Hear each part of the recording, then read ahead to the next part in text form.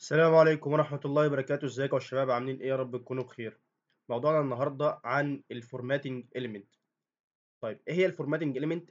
إيليمنتس هنعملها عشان خاطر نعمل فورماتنج للعناصر بتاعتنا بدون تدخل في السي اس اس. يعني ايه الكلام ده؟ هو طبعا انا فاتح الموقع طبعا عندنا اهوت، انت جهز كل حاجة ويلا بينا. دلوقتي مثلا لو انا عندي عنصر مثلا وليكن باراجراف، تمام، ومكتوب فيه مثلا كلمة ويلكم مثلا ايه to my ويب سايت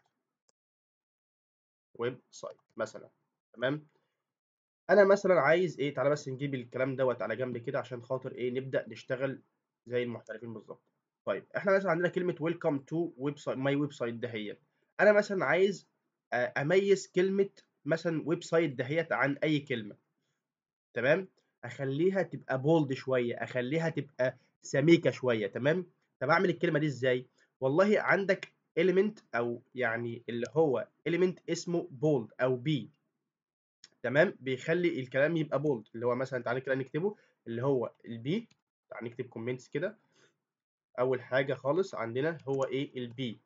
البي تاج دهوت هو بيخلي الكلام يبقى بولد، تمام، يبقى سميك كده. ازاي؟ هفتح التاج بتاعتي واكتب حرف البي، تمام، واقفل التاج بتاعتي، فهو اعمل لك الكلوزنج تاج بتاعتها، واحط الكلمه اللي انا عايزها تظهر عندي في الموقع بالشكل البولد. لو انت لاحظت معايا هتلاقيها ايه؟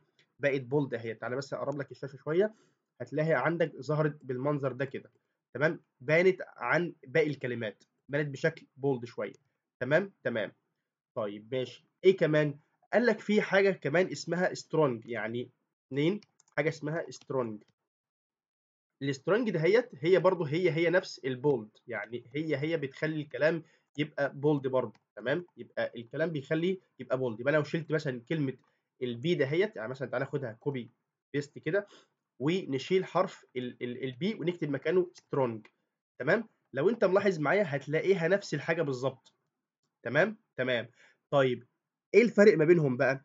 الفرق ما بينهم هو ايه؟ في حاجه بسيطه جدا او حاجه ادفانسد جدا. مثلا انت دلوقتي رايح تشتري كتاب من موقع معين، فالموقع ده هو بيقول لك مثلا ايه؟ كاتب لك اسم الاوثر، تمام، بخط بولد، فهو بيحطه لك ما بين البي تاج كده بالمنظر ده هو. ليه؟ لان هو مش حاجه مهمه، ممكن ما تفرقش معاك انت كبني ادم بتشتري الكتاب. انت ممكن تكون شخص مثلا مش مهتم بحته انك انت ايه؟ انك انت تشتري الكتاب عشان خاطر الاوثر مثلا. ممكن مثلا بتشتري الكتاب عشان خاطر الكتاب ده بيتكلم عن حاجه معينه، تمام. بس انت اللي يفرق معاك ايه بقى؟ ان الكتاب ده هو بيتشحن لمصر ولا ما بيتشحنش لمصر، تمام. فبالتالي ايه؟ بيحطوا لك في سترونج دهيت معناها مثلا ايه؟ ان دي حاجه مهمه جدا انك انت تركز عليها. اللي هو ايه؟ ان هو الكتاب ده مثلا ممكن ما يكونش بيتشحن لمصر، فانت لازم تعرف المعلومه دهيت بدل ما تطلب الكتاب وفي الاخر تلاقيه ما بيتشحنش لمصر، تمام تمام. طيب ماشي، ايه كمان؟ في حاجه مثلا عندنا اسمها ايه؟ تعال ناخد الكلام ده كده، كنترول في كنترول في كنترول بي كنترول سي كنترول في. حاجه اسمها الاي او الايتاليك، هي من كلمه الايتاليك او الاي.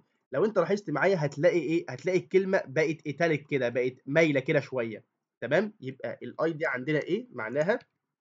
معناها ايتاليك، يعني الحرف او الكلام يبقى يبقى مايل كده شويه. نفس الكلام ده هو برضو في حاجه اسمها الامفاسايز، حاجه اسمها الاي ام، الامفاسايز، نفس الفكره بالظبط. وطبعا الفرق ما بين الاي ام والاي هو نفس الفرق ما بين البولد والسترونج، تمام. يبقى دي حاجه مهمه ودي حاجه ايه؟ ادفانسد مثلا. يبقى دي حاجه مثلا الايتاليك ديت حاجه مثلا يعني مش مهمه قوي، والاي ام دي حاجه ايه؟ اللي هي الامفاسايز، اللي هو حاجه مهمه جدا.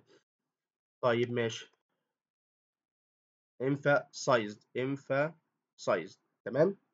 طبعا حرف الاي ده زياده، تمام. طيب ماشي، بعد كده ايه؟ بعد كده في حاجه مثلا اسمها المارك. ايه هي المارك دهيت؟ او يعني لو انت لاحظت معايا في الموقع عندنا مثلا كده، لو انت جيت مثلا معايا في الموقع هنا وعملت مثلا كنترول اف وجيت مثلا تبحث عن كلمه مثلا اسمها ويب سايت، ويب سايت، هيعمل لك ايه؟ هيعمل لك هايلايت كده على كلمه الويب سايت، صح؟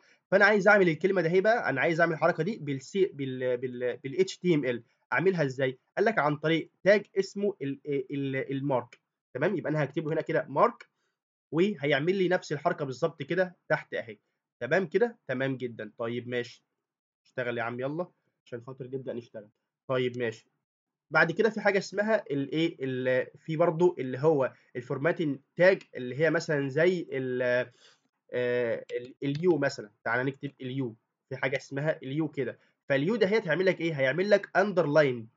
طبعًا دي حاجة مش بنستخدمها يعني كتير يعني، وده بيعرّفك إن ده link مثلًا أو حاجة أو أنت ده هتدوس عليه هيوديك لمكان أو الكلام ده كله، ده اللي هو اختصار لكلمة underline. طبعًا بس تعالَ نكتب كده إيه الmark، والmark دهيّة معناها إيه marked the text مثلًا، تمام، marked، تمام، marked إيه marked the text ماشي، تمام. طيب ماشي، إيه تاني؟ في حاجة اسمها الu tag دهيّة معناها إيه، معناها underline مثلًا، تمام، تمام.